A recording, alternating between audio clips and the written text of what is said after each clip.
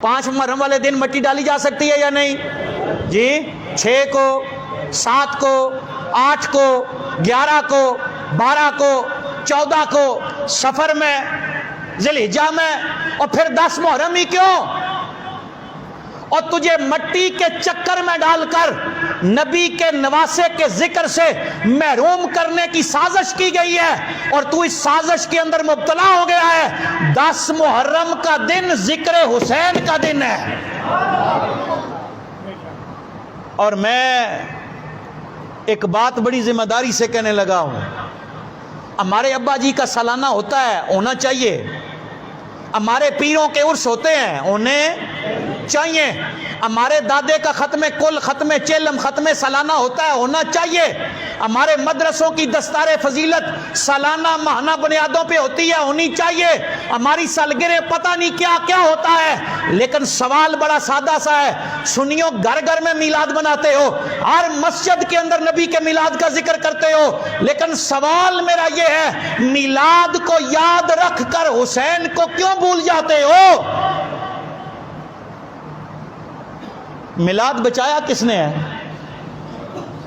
اور 11ویں بچائی کس نے ہے؟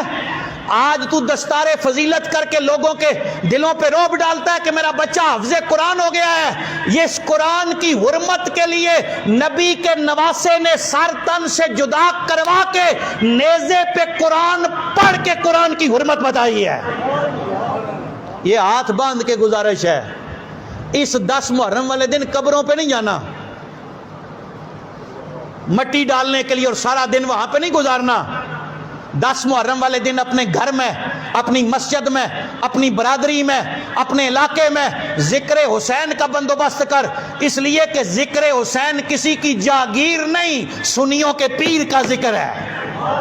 سنیوں کے بولیں سنیوں کے پیر کا ذکر ہے، اور سنیوں کو اپنے پیر کا ذکر اپنی حرز جاں بنانا چاہیے، اور یہ بات اپنے دلوں کے اندر بٹھا لیں۔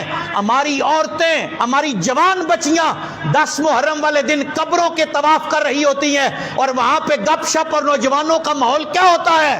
ہماری شریعت اس کی اجازت دیتی ہے؟ بولیں دیتی ہے؟ تو پھر کیڑا کیڑا جنا اٹھ سی جی؟ کوشش کر سو عورتوں کو کہیں بھائی کیا کام ہے آپ کا؟ چونا اصلا لاکھ انسان، ویسے چونا قبر کو ویسے بھی نہیں لگانا چاہیے، چونے میں آگ ہوتی ہے، اور آگ کو قبر کے نزدیک لے جانے سے،